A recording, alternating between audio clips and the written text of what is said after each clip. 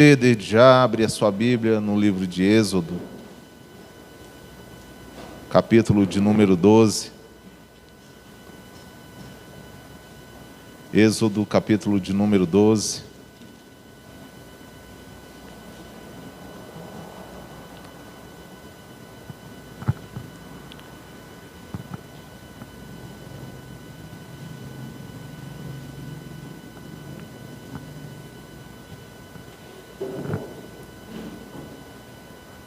Amém?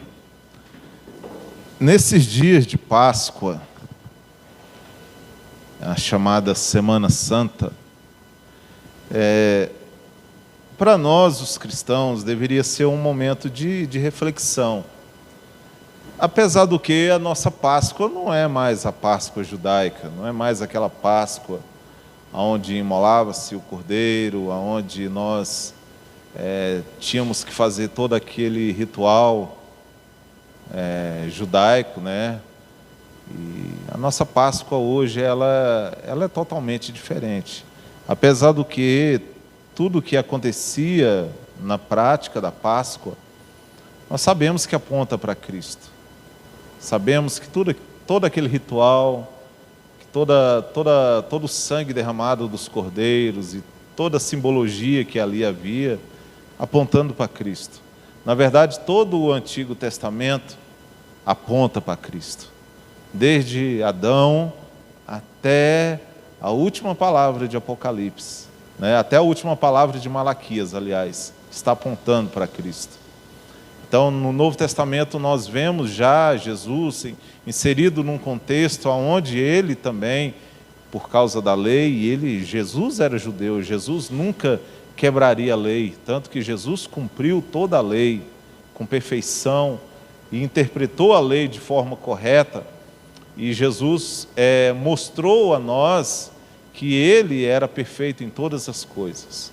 Amém? Deixou isso nas Escrituras registrado para nós, o Senhor deixou isso registrado para nós, para que nós pudéssemos hoje não celebrar aquela ceia mosaica, aquela ceia da antiga aliança, né? Aí você me pergunta assim, pastor, mas o Antigo Testamento, qual o valor do Antigo Testamento para a igreja? O valor do Antigo Testamento para a igreja é o mesmo valor do Novo Testamento, porque a Bíblia ela não desassocia o Antigo Testamento do Novo Testamento. A gente vê algumas igrejas aí que falam que o Antigo Testamento não vale mais, o Antigo Testamento é passado. O Antigo Testamento, agora nós estamos na graça, então é como se o Deus do Antigo Testamento fosse um Deus diferente do Deus do Novo Testamento. Tem até alguns que chegam ao cúmulo de dizer que o Deus do Antigo Testamento é um Deus mau, um Deus punitivo, um Deus que tratava o povo com severidade, e agora em Jesus não, Jesus é um Deus mais light, né? É um Deus que ama o pecador. Então Jesus manda nós amarmos o nosso próximo, amarmos o nosso inimigo. Então Jesus é um Deus mais light, e irmãos, essa é uma falácia, e isso é maligno nós termos esse tipo de fala no meio evangélico, né? Então nós temos que entender que o quê? Que a Páscoa, ela desde a antiga aliança, ela já apontava para Cristo, ela mostrava Jesus como o Cordeiro perfeito, o Cordeiro Santo de Deus. Amém? E é triste às vezes nós olharmos para a cristandade dos dias de hoje e nós vermos como nós tratamos essa data com desprezo. Nós tratamos não com reverência. Cadê os crentes aqui da igreja? Né? E se fosse só os nossos aqui, até nós ficaríamos inconformados. Mas isso é no geral. As pessoas não têm mais aquela reverência de hoje é o dia que nós comemoramos a Páscoa, e a nossa Páscoa é a ressurreição do Cristo, e hoje eu vou tirar um dia de reflexão, um dia de meditação, um dia para estar na casa do Senhor. Mas não, nós levamos a nossa vida, a nossa cristandade de qualquer jeito, né? Nós nos reunimos com a nossa família, com os nossos amigos, e parece que o que é mais enfatizado na Páscoa, e até os nossos filhos esperam por isso, é o chocolate, é o coelho. O coelho se tornou um símbolo, e o coelho na cultura judaica é um animal impuro. Da mesma forma com que o judeu repudiava o porco, o judeu também repudiava o coelho. O coelho era um animal impróprio para alimento. Então, olha só, nós transferimos um animal que Deus consagrou como santo e para simbolizar Jesus, que é o cordeiro, e trocamos, invertemos e colocamos um coelho, que é um animal que na cultura judaica e biblicamente falando, é um animal impuro. Então, nas mesas, nas rodas de amigos que nós vemos, dos próprios crentes, nós vemos o coelho tendo a proeminência. O que custa nós fazermos os cordeirinhos e colocar os cordeirinhos para mostrar para os nossos filhos, para os nossos netos, para os nossos amigos, que o cordeiro é quem morreu por nós? O que custa nós colocarmos uma cruz e falar, olha, essa cruz é um símbolo de maldição, mas é o símbolo de maldição que, ao mesmo tempo, quem era pendurado era maldito, mas, ao mesmo tempo, foi por causa daquele momento de maldição que nós nos tornamos filhos de Deus, que nós fomos arraigados na videira verdadeira, que nós fomos enxertados nessa videira.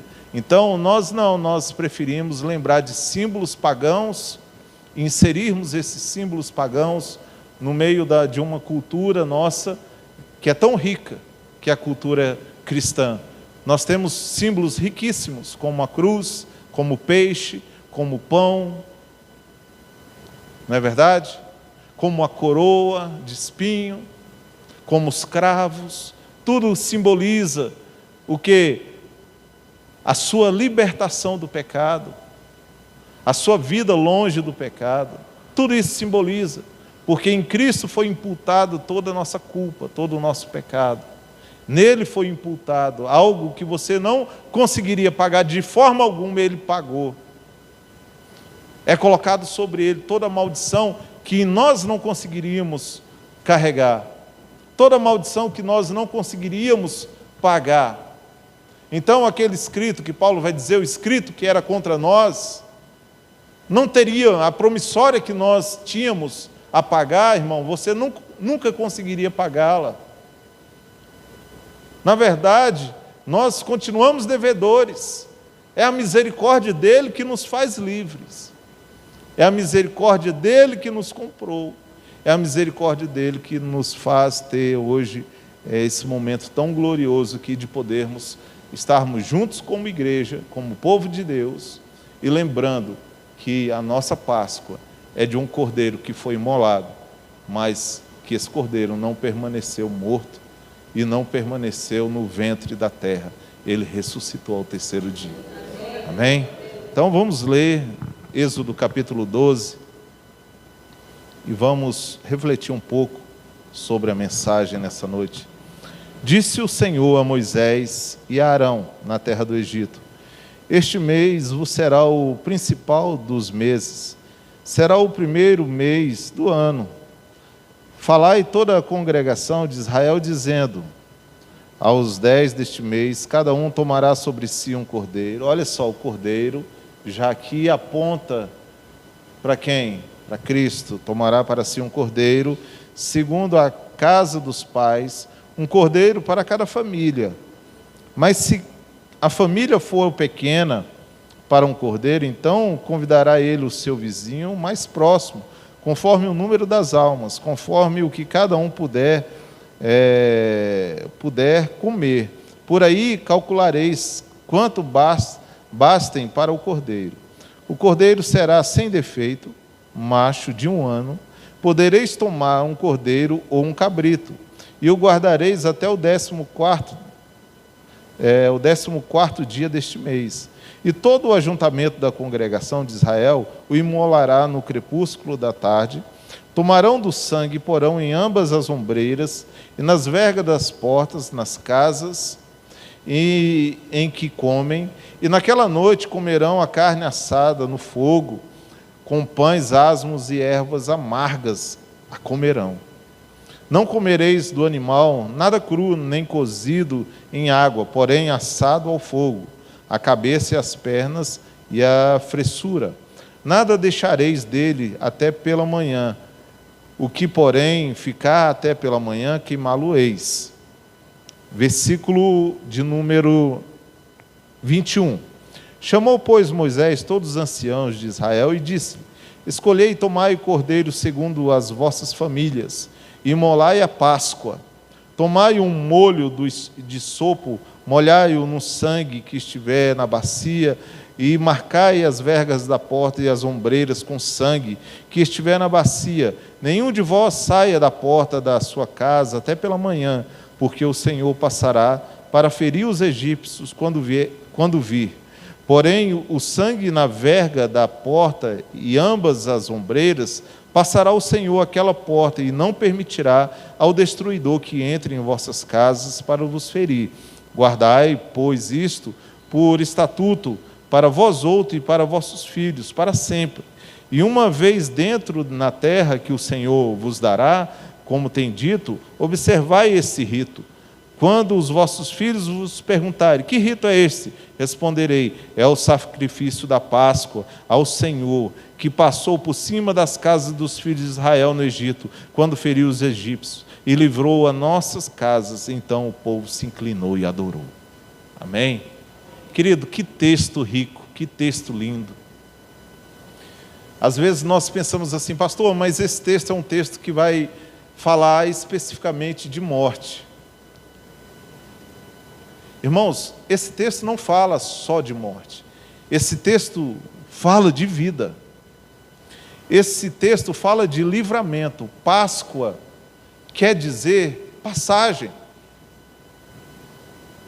Passagem, Páscoa, quer dizer saída. E aquele povo estava há 420 e poucos anos ali, 430 anos no Egito, né? Nós falamos 400 anos, mas nós esquecemos que 400 anos foram escravidão à base de chicote, né? 30 anos eles ficaram ali, 25 anos eles ficaram ali, morando naquela terra, tendo paz, por causa de quem? Por causa de José. Depois que então José morre, o faraó morre, e se levanta Ramsés, e aí Ramsés não conhecia a história de José, e se conhecia também, não deu importância. A Bíblia vai nos dizer que então ele começa a escravizar o povo de Deus, a escravizar Israel, porque Israel crescia, Israel se multiplicava, Israel, aos olhos deles, eles pensavam assim: olha, Israel vai crescer de uma forma tão grande que daqui a uns dias eles tomam as nossas terras e nós vamos servir a eles. Então, para que isso não aconteça, nós vamos fazer alguma coisa para que eles fiquem sobre o nosso domínio. E foi assim que aconteceu. E aí então se dá a história da morte dos primogênitos, né? Quando o faraó manda matar as crianças, os homens, e aí faraó vê então que não tem como deter o povo de Deus. Então faraó subjuga o povo de Deus cada vez mais a uma escravidão mais severa, um jugo mais pesado. Só que Deus é tão gracioso e bondoso, porque muitas vezes nós temos uma ideia de que quando nós estamos passando por um momento difícil na nossa vida, Deus está longe de nós, Deus está distante. E assim o povo de Israel achava que Deus estava longe, que Deus não estava mais perto, que Deus não ouvia mais as orações deles. Quando Moisés chega já, depois de sair, voltar como aquele que tiraria o povo da terra do Egito, eles mesmo indagam a Moisés: ó, que Deus é esse? Que Deus? Nós estamos aqui debaixo dos açoites, nós estamos aqui na escravidão, e que Deus é este que nos deixou passar por tudo isso? Então nós vemos isso hoje também. Nós questionamos a Deus, como os israelitas também questionavam ao Senhor. Nós questionamos a Deus hoje também. Por quê? Porque nós temos uma cultura, e que eu sempre falo aqui, a cultura do evangélico, que o evangélico não pode sofrer, que o crente não pode passar pelo sofrimento, porque se o crente sofrer tem um demônio, tem uma casta, tem alguém, né, alguma força maligna que está fazendo ele passar por aquilo. Isso é o que é pregado por aí. Se você está passando por dificuldade, é porque tem algum problema com você, tem algum demônio. Tem alguma entidade que está segurando a sua vida, está amarrando a sua vida. Então é isso que nós ouvimos. E aí, quando nós passamos pelo sofrimento, nós temos aquela ideia de que, olha, se eu estou passando por esse problema, tem alguma coisa de errado comigo. Será que tipo de penitência, que tipo de coisa, que tipo de sacrifício eu posso fazer para que Deus me perdoe, para que eu possa novamente voltar aos trilhos e a minha vida comece novamente a andar como era antigamente? É isso que nós imaginamos. Irmãos, nós temos que tirar isso da cabeça, porque eu já preguei aqui várias vezes, o crente vai passar por muitas dificuldades, e talvez muito mais do que o homem no mundo, sem Deus. Mas nós temos a segurança de que o Senhor está conosco. Nós temos a certeza de que Ele caminha conosco. Nós temos a certeza de que Ele não nos abandona no deserto. E os desertos que nós passamos são desertos acompanhados pelo próprio Criador. O Criador caminha conosco no deserto. Semana passada aqui eu falei sobre isso.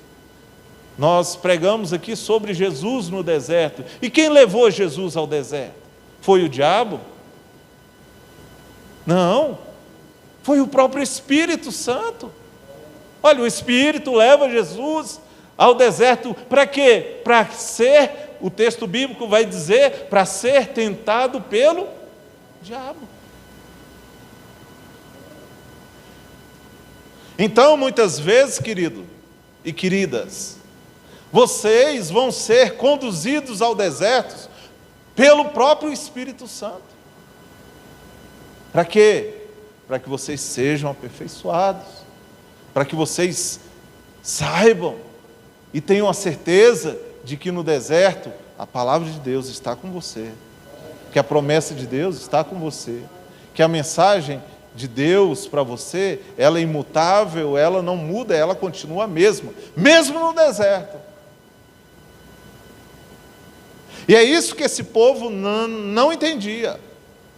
Aí agora aqui eles estão a um passo de sair do Egito. E Moisés então manda, Deus ordena a Moisés, e Moisés, como era o interlocutor de Deus ao povo, Moisés então entrega a mensagem para eles, e falando para eles, olha, agora vocês vão celebrar uma festa, vão celebrar a Páscoa. E nessa Páscoa que vocês vão celebrar, vocês vão ter que sujar as mãos, vocês vão ter que matar um cordeiro, vocês vão ter que comer ovo de Páscoa, chocolate. Não, vocês vão comer o quê? Olha o versículo 8. Naquela noite comerão a carne assada do fogo. Carne assada é bom, verdade? Por que Deus fala assim, olha, vocês vão comer carne assada? Carne assada é bom. Mas quem que não... Um cordeirinho assado, hein? Já pensou? Quem já comeu cordeirinho aí assado? Ah, rapaz, mas é bom, viu? Se carne de boi é boa, a de cordeiro, por isso que é caro, é melhor ainda. É carne magra, não tem gordura, é sadia. Olha só a dieta de Deus. Por que Deus... Se você olhar nas Escrituras, nós vamos ver Deus tratando o povo até na culinária, até o que eles comiam. Eram comidas saudáveis, eram cereais. A carne era carne de cordeiro, de cabrito. Carne branca, peixe. Por quê? Carne magra, carne que tem pouca gordura, não tem colesterol, eles iam andar no deserto. Imagina esse povo comendo porco, andando no deserto. Por que Deus tirou os animais considerados impuros? Né? Para que eles não comessem. Irmão, não foi porque Deus abominava aqueles animais, porque foi Deus que fez esses animais. Foi por causa da questão da forma com a qual aqueles animais eram criados. O porco era criado com o quê? Hoje o porco não. O porco, eu trabalhei na BRF durante 10 anos, na fábrica de ração. O porco hoje, o que vai na ração do porco, meu irmão, o porco come melhor do que nós. É bolacha triturada, wafer. Tem um caminhão que chegava lá com uns negocinhos de parecia caramelo. Era caramelo, na verdade. Tinha um remédio para o porco que era misturado com caramelo que vinha na seringa. Irmão, um dia eu experimentei para ver, é gostoso demais. É caramelo. Tinha um remedinho no meio, mas é caramelo. O farelo de soja fresquinho, tostadinho, que sai lá da Cargill. Chegava lá, irmão, aquele cheiro de farelo de soja, quentinho, vocês nem imaginam. Quando chegava lá, eu sentia o cheiro. Falei, gente, esse negócio, se colocar no leite, colocar um açúcar, deve ficar gostoso, né? Aí um dia eu falei para o motorista assim, motorista, traz um saquinho de farelo de soja para mim, que eu quero experimentar esse negócio com açúcar, né? E leite. E aí ele chegou, aí lá na minha sala, eu peguei, esquentei um leite com aquele ferrinho, né? Aqueles pêndulos, esquentei um leitinho, ficou quentinho, aquele farelinho de soja, cheirosinho, coloquei dentro do farelo de soja, coloquei açúcar, irmão do céu. Eu engordei 8 quilos nessa brincadeira. Comendo farelo de soja todo dia, eu e os meus amigos lá, eles falam assim, Sandro, nós temos que parar de comer esse farelo de soja, que eu estou engordando. Eu falei, pois é, eu também já engordei 8 quilos com esse negócio, e paramos. Então, para você ver, hoje o porco, ele come bem. Chegavam os caminhões cheios de bolacha, wafer, para colocar na ração. Sucrilhos.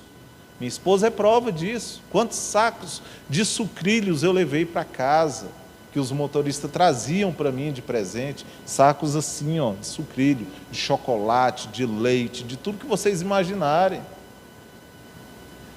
Lá em casa não faltava arroz, mas não faltava sucrilho.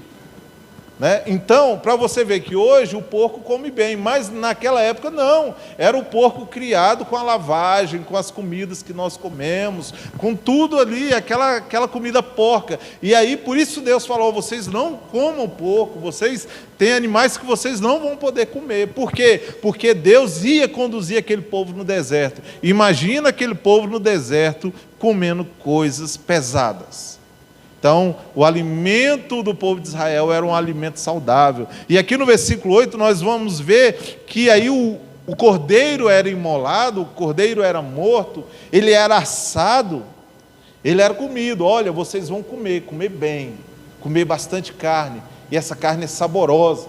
Mas logo em seguida, vocês vão também comer algo muito bom, que é o pão asmo, o pão sem fermento, um pão saboroso, quentinho, gostoso. Mas depois do pão, vocês vão comer o quê? Ervas amargas. Para mostrar que nós vamos comer coisas boas, vamos passar por momentos bons, mas que também nós vamos passar por períodos na nossa vida, períodos amargos. Estava conversando com alguns irmãos e nós estávamos falando que nos períodos que nós passamos por mais dificuldade na nossa vida, são os períodos que mais crescemos, que mais refletimos, que mais damos valor aos outros, às coisas, à vida, porque nos faz refletir.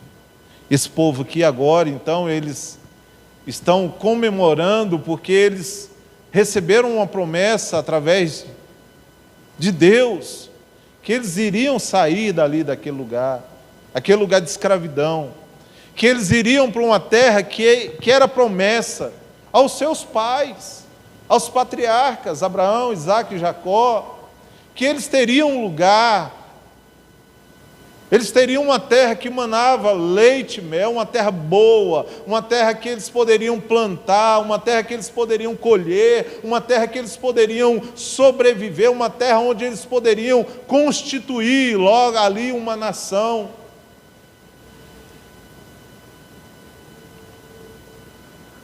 Essa era a promessa, mas para que essa promessa se cumprisse na vida deles, haveria de ter sacrifício. Haveria um sacrifício. Irmãos, só estamos aqui hoje experimentando alguma coisa na nossa vida porque houve sacrifício. E eu vou dizer uma coisa para você: você hoje não precisa mais fazer sacrifícios. Os nossos sacrifícios, irmãos, eles são em vão. O sacrifício perfeito foi feito na cruz. E quando eu falo que nós não necessitamos mais de sacrifícios, eu não estou falando que na sua vida cristã você não tem que orar. Eu não estou falando que na sua vida cristã você não tem que jejuar, que você tem que ter uma vida devocional, uma vida reta de leitura das Escrituras. Eu não estou falando isso, porque isso é dever do cristão, isso é obrigação nossa, isso não é sacrifício, isso é um dever nosso, de filhos de Deus. Se você é um regenerado, é um salvo, essa é uma ordenança que não é sacrifício. Agora, para que nós pudéssemos chegar no ponto que nós estamos aqui agora, hoje, a igreja no século 21, bem instituída, uma igreja que hoje nós temos muito, né? Quando Pedro chegou lá na porta do cenáculo, lá, e aquele mendigo, aquele homem que estava ali mendigando e paralítico na porta, ele olhou para Pedro e João, ele perguntou assim, olha, ele ficou na expectativa, será o que esses homens vão me dar? Será o que esses homens têm para me dar? Porque a expectativa de uma pessoa que está em estado de miserabilidade é sempre aguardar alguma coisa boa da nossa parte para com ele. E para quem está mendigando, ele pensa logo o quê? Vai me dar algum recurso financeiro para que eu possa atender a alguma necessidade. Mas aí aqueles homens chegam diante daquele paralítico e falam assim, nós não temos nem prata e nem ouro para te dar. Nós não temos prata, não temos ouro. Imagina a decepção. Você chegar diante de um morador de rua e ele te pedir um dinheiro e você falar para ele assim, eu não tenho. Mas o que eu tenho? Aí ele, peraí, alguma coisa ele tem para me oferecer. O que nós temos aqui, nós vamos te dar. Em nome de Jesus. Tem um Jesus. E Jesus é tudo. Levanta e anda. Hoje a igreja tem muito ouro, tem muita prata, mas não tem mais o levanta e anda. Não tem mais o levanta e anda. As nossas igrejas são riquíssimas, irmãos. As nossas instituições são riquíssimas. O último censo do IBGE, que falava acerca da arrecadação da igreja evangélica no Brasil, diz que a igreja evangélica no Brasil arrecada 20 bilhões de reais a cada trimestre. 20 bilhões de reais. Nós temos muito ouro. A Igreja Católica Romana, eu tenho um livro que chama Avareza, que é uma pessoa escreveu mostrando a documentação e tudo que a Igreja Católica possui.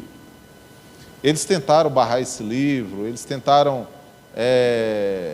censurar, mas não conseguiram. O livro foi lançado. Se você quiser, eu não te empresto, mas pode comprar numa boa livraria. Amém? E esse livro, ele mostra que as mansões que os jogadores de futebol moram na Itália, na Espanha e nos países mais ricos onde o futebol, todos pertencem, todas as casas praticamente pertencem à Igreja Católica. Ela tem uma imobiliária que toma conta dos seus imóveis espalhados por todo o território europeu e da América do Sul e todo o mundo. Então, estima-se que hoje a Igreja Católica Romana tenha aproximadamente 13, irmãos, trilhões de euros.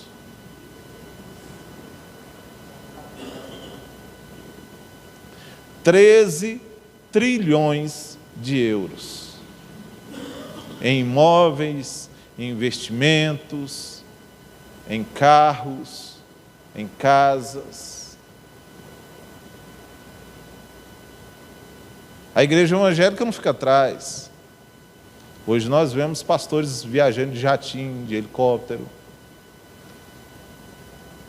As celebridades gospels hoje só vêm na cidade se a cidade tiver aeroporto, porque eles não querem andar de carro.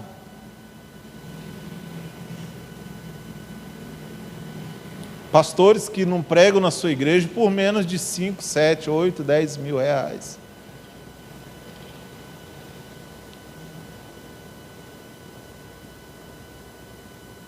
Essa é a condição da igreja hoje. Mas e o levanta e anda? E o Jesus? E o Cristo? Esse Cristo que nós estamos celebrando aqui hoje, a sua ressurreição.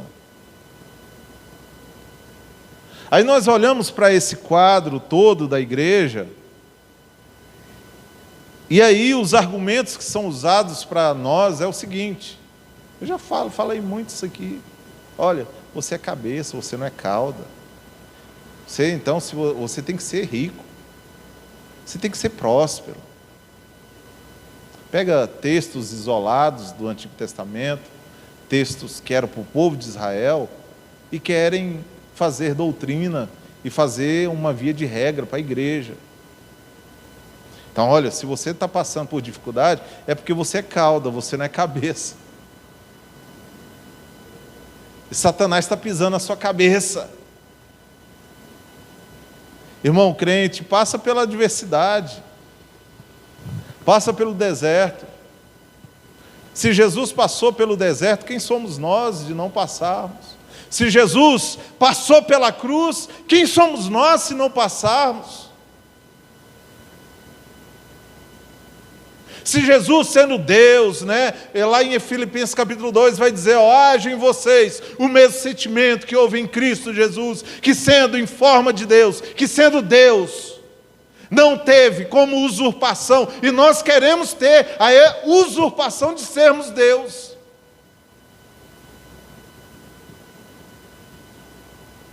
Nós queremos ser Deus.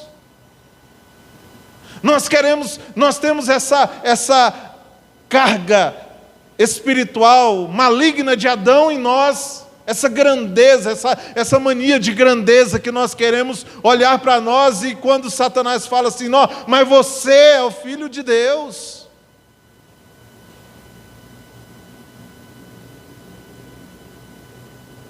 Você não vai comer do fruto, não, come do fruto. Por que Deus não quer que você coma? Porque Ele sabe que você vai ser igual a Ele. E aí o nosso coração terrível, o nosso coração mau, o nosso coração pecaminoso, nós queremos ser igual a Deus. Aí quando fala assim: o pastor está falando que eu vou passar pelo deserto, o pastor só fala de passar pelo deserto. É porque, irmão, eu estou treinando você, porque eu sei que Deus também, Ele traz coisas boas para nós, mas é para inculcar na sua mente, no seu coração, na sua vida, de que a vida não é um morango, como o Júlio César fala para mim, pai, a vida não é um morango. Meu filho, não é um morango. A vida não é constituída de coisas boas apenas. A vida tem momentos maus. Salomão vai dizer isso, olha, no dia da bonança, no dia que o dia for bom, no dia que você tiver muita riqueza, goze de tudo que Deus te der, mas no dia que sobrevier o dia mau, considera, não reclame. A nossa tendência é reclamar. Agora esse povo que está comendo, eles comem o pão, eles comem o cordeiro assadinho, mas Moisés fala assim, no final vocês vão comer erva amarga, para vocês verem, para vocês entenderem que vocês não vão passar só por momentos bons, vocês vão passar por momentos amargos na vida de vocês. E aí, então nós conhecemos a história, eles imolam o cordeiro, eles passam o sangue nos umbrais, e aí, então o povo ali está protegido, e aquele sangue aponta para o sangue do Cordeiro Santo, aquele cordeiro que João Batista olha naquele dia, no Mateus capítulo 3, que ele olha e fala assim, eis o Cordeiro de Deus, que tira o pecado do mundo. Eis o Cordeiro de Deus. Agora o cordeiro é imolado, o sangue é passado nas portas, simbolizando a proteção do sangue de Jesus, a salvação do sangue de Jesus sobre nossas vidas. E aí então Deus ordena, Deus manda, não é o diabo não, viu irmãos? É Deus, manda o anjo da morte passar na madrugada sobre o Egito. E aí, então, aquele anjo passa, mata os primogênitos, mas o povo de Deus fica intacto. Todos aqueles que estavam debaixo do sangue do Cordeiro ficaram ilesos, não tiveram baixas. Aí a Bíblia fala que nem os animais morreram, nem os animais. Tudo foi preservado porque estava sobre a proteção, sobre a guarda de Deus. Sobre o sangue do Cordeiro. E eu quero deixar isso para você hoje, meu irmão. Se você estiver sob o sangue do Cordeiro, o anjo da morte não tem poder para lhe tocar. Ele não tem poder para lhe tocar. Mas como eu disse aqui no começo, nós temos que mudar muita coisa nesses períodos de Páscoa, e principalmente no que diz respeito à cultura dentro da nossa casa, da nossa família. Porque olha o que diz o versículo 24 até o 26, vai dizer assim, guardai, pois, isso por estatuto, para vós e para quem? Para os vossos filhos, para sempre. E uma vez dentro na terra que o Senhor vos dará, olha, Deus está falando, eu vou dar uma terra para vocês. Quando vocês chegarem lá, quando vocês se instalarem lá, observai esse rito. Vocês não parem de celebrar a Páscoa, que isso seja um costume para vocês, um costume dentro da nação de vocês. Versículo 26, quando vossos filhos vos perguntarem, que rito é este? Porque criança é curioso, irmão. Criança, eu não sei o de vocês, mas os meus, quando era pequeno, eles perguntavam, pai, coelho é de Jesus? Eu falei, meu filho, coelho é de Jesus. Mas pai, e a Páscoa? E o coelhinho da Páscoa? Eu falei, não, aí minha filha é diferente, meu filho é diferente. Coelhinho da Páscoa não existe. Na verdade é o Cordeiro. Jesus é o Cordeiro. Explicava para ele da forma que ele sabia entender. Um dia um tio da minha esposa, um dia de Natal, falou assim, nós estávamos conversando, o Júlio César era molecote, né? E aí ele falou assim, nossa, Júlio César, que presente bonito, Papai Noel te deu? Ele falou assim: Papai Noel não. Quem me deu isso aqui foi meu pai. Não, mas o Papai Noel, ele queria de toda forma enfiar a goela abaixo do meu filho, que o Papai Noel tinha dado. E o Júlio César: não foi Papai Noel não, foi o meu pai. Deus abençoou meu pai e meu pai foi lá e comprou. E aí ele ficou sem graça. Morreu o assunto. Por quê?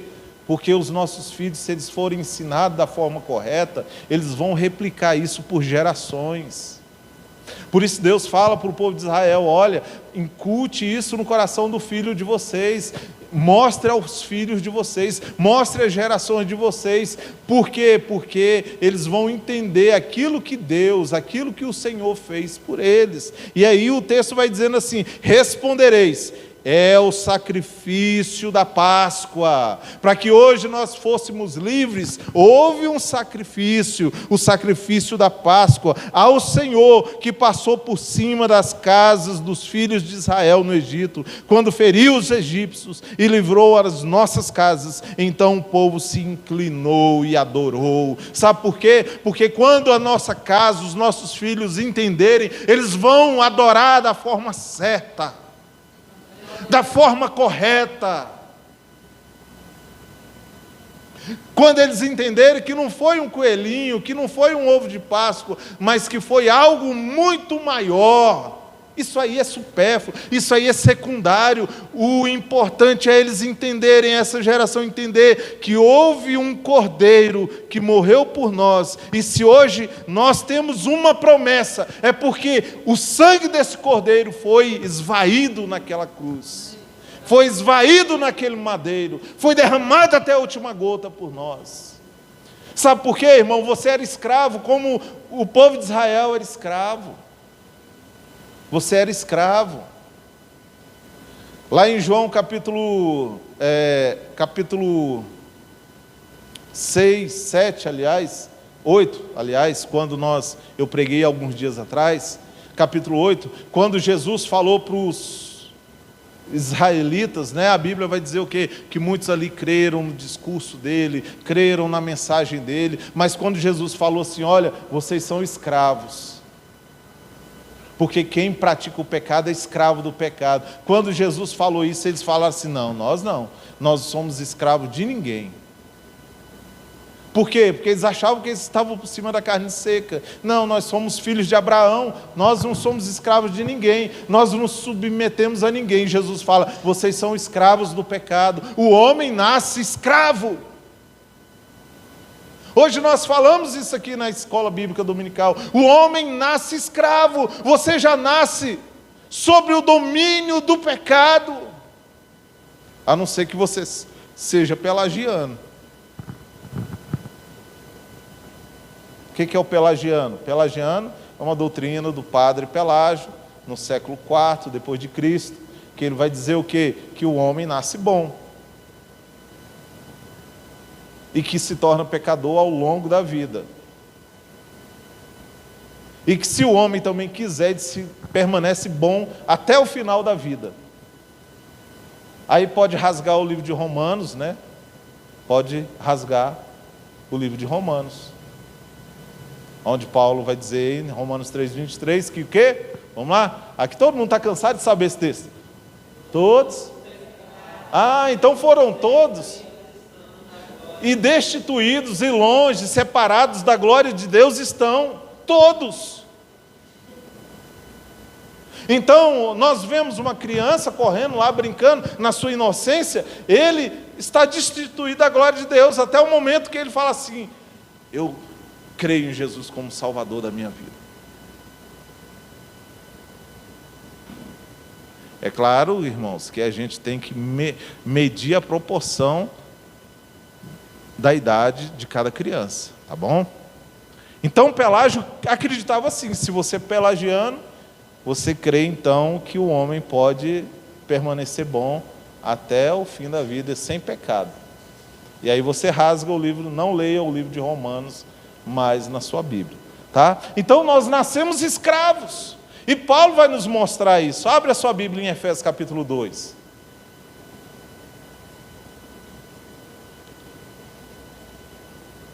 Efésios,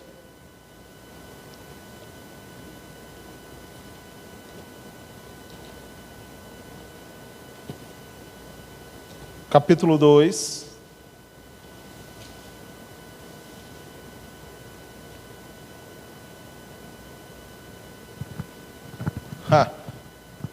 e Ele vos deu vida. Ué, mas me deu vida? Espera aí, eu não estava morto. Como é que Ele me deu vida? Estava conversando ontem com o Gideus. Quando nós pregamos para o ímpio, nós estamos pregando para o morto. Quando você abre a sua boca para falar da mensagem do Evangelho para um ímpio, você está pregando para um morto. Olha aqui o texto. E Ele vos deu vida, estando vós o quê?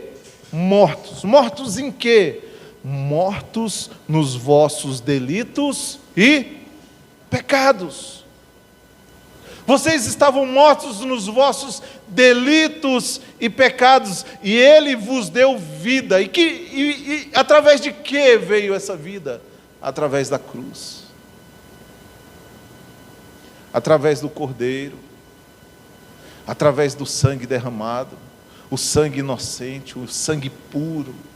O sangue daquele que, sendo Deus, não teve como usurpação o ser igual a Deus. Mas antes, a si mesmo se humilhou, assumindo a forma de homem, de servo.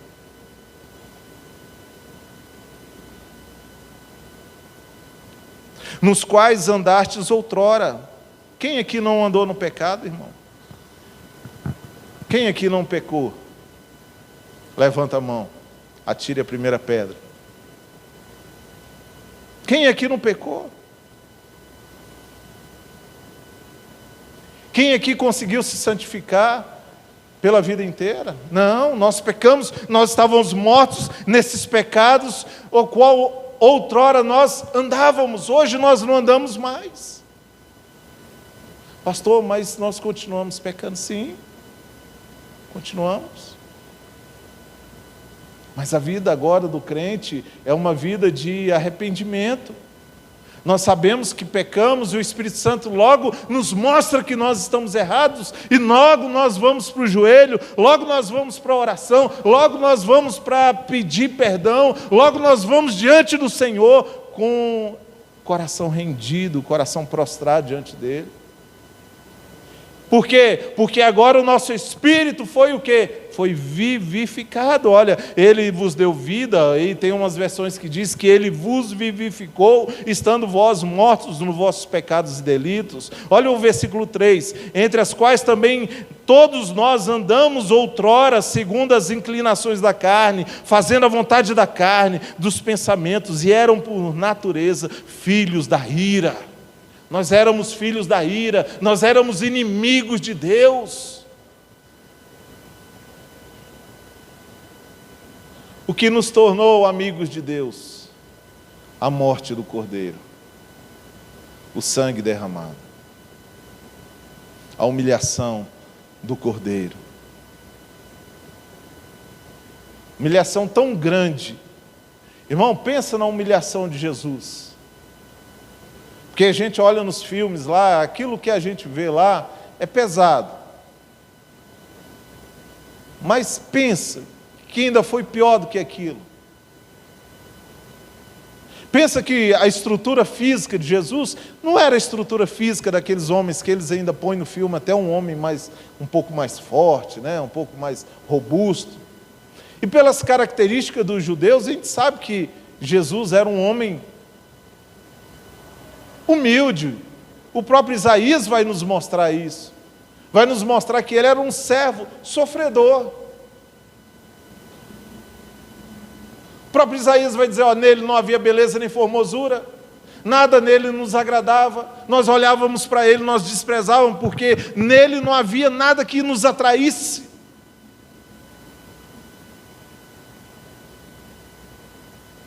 No versículo 10, Isaías vai dizer, de 53:10, vai dizer assim, mas agradou ao Pai moê-lo. Meu irmão. Irmão, eu juro para vocês, que isso me coloca, às vezes, em parafuso. Como é que Deus se agradou de moer o filho? Mas agradou ao pai moê-lo. Irmão, meu filho está doente lá, a gente fica com dó, a gente mima ele, né? Pai, faz um pão aí na chapa e eu vou lá, faço um pãozinho para ele, para ver se ele sara logo, para ver se ele arriba logo, né? Mas aí Deus se agradou de moer Jesus. Como é que é isso? Como é que é isso? Vamos um pouco mais aqui no texto. Nós éramos filhos da ira. Mas olha o versículo 4, irmão. Aí nós começamos a entender. Mas Deus, sendo rico em misericórdia, por causa do grande amor com que nos amou, estando nós mortos em nossos delitos, nos deu vida juntamente com Cristo. Irmão, tem promessa maior do que essa, tem promessa melhor do que essa. Mas Deus, sendo riquíssimo em misericórdia, porque todos nós estávamos em fila indiana, a caminho do inferno, condenados, com uma carta de condenação, escravo do pecado, escravo, condenado à morte, condenado ao inferno, condenado à condenação eterna, condenado, filho da ira, inimigo. Era isso que tinha contra nós, era isso que tinha a nosso favor. Inimigo, não deixa entrar inimigo, está condenado. Imagina o sentimento de um homem nos Estados Unidos que a pena de morte é legal. Imagina um homem que é condenado à morte. Irmãos, quando nós passamos por algum problema, seja ele de que âmbito for na nossa vida, nós perdemos noites de sono, sim ou não? Perdemos. Quando estamos passando problema financeiro, perdemos noites de sono, por quê? Porque sabemos que amanhã o cobrador vai bater na nossa porta. Porque amanhã o nosso filho não vai ter o pão, não vai ter o arroz, não vai ter com o que se vestir, não vai ter com o que calçar, e nós perdemos o sono. Quando não estamos bem dentro de casa, com a família, nós perdemos noites de sono, porque muitas vezes Satanás trabalha na nossa mente, falando assim: larga essa mulher, vai atrás de outra melhor, larga esse homem miserável, esse homem que já fez tanto por você, já fez você sofrer, essa mulher já te fez sofrer, essa mulher já fez tantas coisas terríveis com você, e você ainda está com esse traste, e você ainda está com essa mala, segurando essa mala sem alça. É isso, e nós perdemos noites de sono. Imagina um homem no corredor da morte, condenado, sabendo que a sentença é irrevogável. Essa era a nossa condição. E será que isso não faz com que nós percamos o sono? Quando nós vemos uma igreja, às vezes, tão indiferente, tão fria, querendo apenas, eu quero movimento, vamos fazer um movimento, pastor, vamos para encher a igreja, pastor, vamos fazer uma campanha, pastor, vamos fazer isso aqui, para os jovens, vamos colocar o globo de luz, vamos fazer movimento, pastor. Que movimento, irmão? Que movimento pode ser mais eficaz do que a pregação das Escrituras ao coração do pecador? Do que mostrar para o pecador que houve há 2000 anos atrás um madeiro, e um homem pendurado nesse madeiro, contado com os ladrões com os malfeitores, e esse homem era santo, e esse homem era indigno de estar ali, ele não deveria estar ali.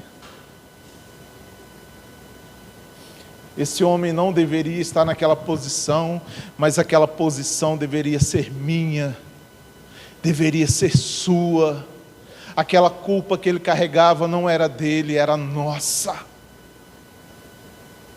Será que se isso não tocar o coração do pecador, não vai ser um movimentozinho? Por isso que nós vemos essas igrejas cheias de coisas aí terríveis. Pastores colocando carro dentro de igreja, moto.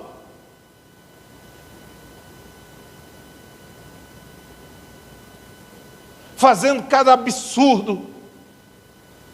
Falsas profecias, falsos movimentos.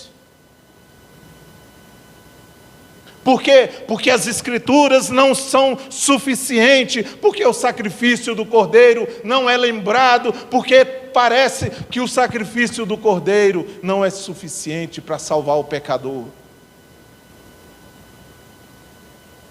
Mas Deus é riquíssimo em misericórdia.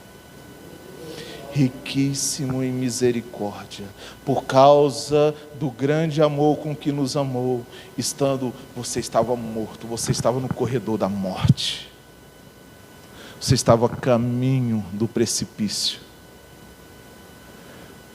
estando vocês mortos nos seus pecados e nos vossos delitos, Ele nos deu vida juntamente com Cristo.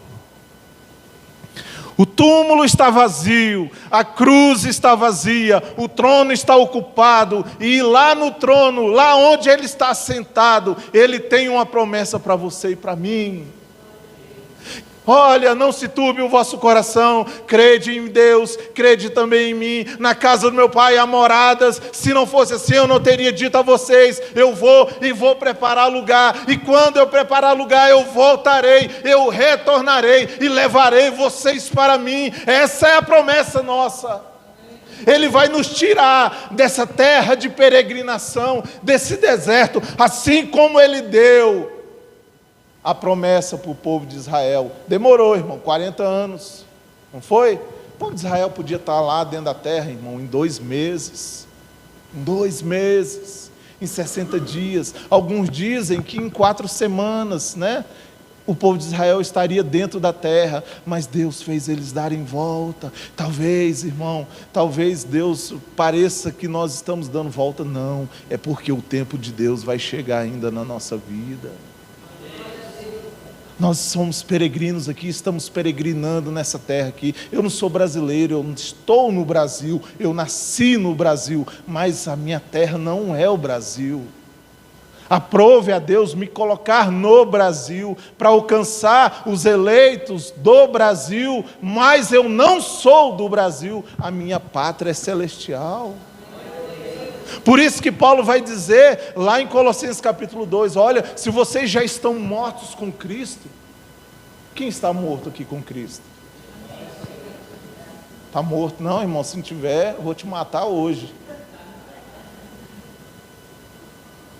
Se vocês estão mortos com Cristo, pensai nas coisas que são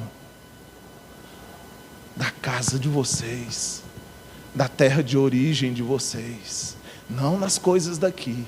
As coisas daqui são passageiras, elas passam. Passa. Mas as coisas que nós temos que pensar, elas são eternas. Eternas. Então, se hoje a esperança maior do cristianismo, a esperança maior do Filho de Deus, do eleito, do regenerado, é o quê? É a promessa, porque o túmulo está vazio. Se o túmulo está vazio, a nossa promessa está de pé. A nossa promessa está de pé. Hoje eu vi um pastor falando o seguinte, que um intelectual aí falou assim: se aquele túmulo não estivesse vazio, nós teríamos uma história totalmente diferente hoje. Um cara ateu, um filósofo. Se aquele túmulo não estivesse vazio, nós teríamos uma história totalmente diferente. Só que o túmulo está vazio. Não tem como mudar isso. É realidade. Não creio, pastor, mas é realidade. Se você não crê, o túmulo está vazio mesmo assim. A promessa para os filhos de Deus está de pé. O sangue está sobre nós. O anjo da morte, a morte do pecado, não pode mais tocar em nós. E Martinho Lutero, eu encerro. Martinho Lutero vai dizer assim, que na cruz, Cristo matou a morte. Cristo matou a morte na cruz. Essa é a nossa esperança. Ele matou a morte e nós temos vida. Amém? Fique de pé, vamos orar.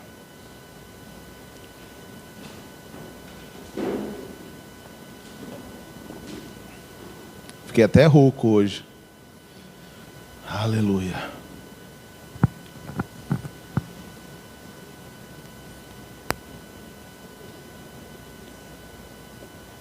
Nós estávamos mortos, Pai. O Senhor nos deu vida.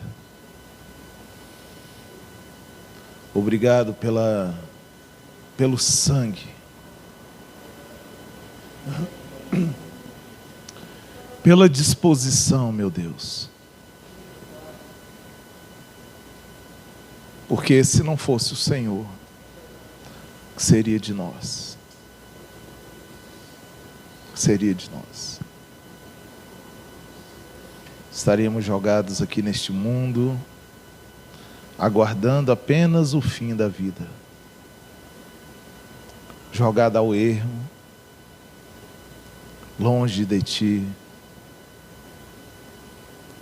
longe da esperança da vida eterna, inimigos de Deus, filhos da ira. Mas o Senhor é riquíssimo em misericórdia. Que nós possamos ensinar isso aos nossos filhos, que nós possamos pregar aos 4 cantos da cidade de Rio Verde, que o Cordeiro está vivo, que Ele ressuscitou, Ele é Rei dos reis, Senhor dos senhores, que toda a autoridade está nas suas mãos, o governo, a autoridade, o domínio, pertence a Ele. Ele agora, Ele não é mais o servo sofredor, agora Ele é o alfa e ômega, princípio e fim, aquele que é, que era e que há de vir. O Deus Todo-Poderoso. Irmãos, quando Ele sai daquele sepulcro, quando Ele encontra os seus discípulos, Ele vai dizer assim: todo o poder me é dado no céu e na terra. Todo o poder é dEle. Ele está preparando o lugar para você e para mim. Já está preparado. Já está preparado. Antes da fundação do mundo, Ele já havia preparado o lugar para nós. Ele só mostrou para nós que a missão dele era resgatar aqueles que estavam longe, aqueles que eram inimigos, tornar amigos de novo, aqueles que não eram mais filhos, se tornarem filhos, serem enxertados na videira, serem colocados em condição de poder adentrar as portas celestiais, a cidade santa que é prometida para nós. A nossa promessa não é a terra que emana leite e mel, não. Isso vai ficar aqui. Nossa promessa é muito maior do que essa. Nossa promessa é de eternidade.